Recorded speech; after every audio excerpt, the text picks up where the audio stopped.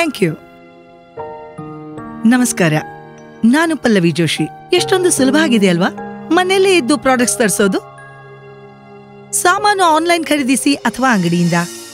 ಒಂದು ವೇಳೆ ನೀವು ಯಾವುದೇ ಗ್ರಾಹಕರ ಸಮಸ್ಯೆಗೆ ಗುರಿಯಾದರೆ ಆಗ ತಡ ಮಾಡದಿರಿ. ಇದರ ದೂರು ತಕ್ಷಣ ಅಂಗಡಿಯಾತನಿಗೆ ಇಲ್ಲ ಕಂಪನಿಗೆ ಮಾಡಿ. ಮತ್ತೆ ಪರಿಹಾರ ಸಿಗದಿದ್ರೆ ಆಗ national consumer help line number 1915 ಮೇಲೆ ಸಹ ದೂರನ್ನು ದಾಖಲಿಸಬಹುದು.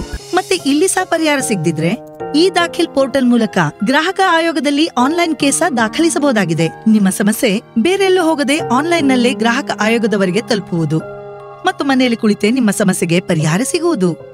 ಮತ್ತೆ ನೆನಪಿರುತ್ತಲ್ವಾ, ನ್ಯಾಷನಲ್ ಕನ್ಸ್ಯೂಮರ್ ಹೆಲ್ಪ್ ಲೈನ್ 1915 ಮತ್ತು ಈ ದಾಖಿಲ್ ಪೋರ್ಟಲ್. ಇದಾಗಿದೆ ಗ್ರಾಹಕರ ಸಮಸ್ಯೆಗಳ ಪರಿಹಾರಕ್ಕೆ ಎಲ್ಲಕ್ಕೂ ಸರಳ ಮತ್ತು ಭರವಸೆಯ ಕ್ರಮ.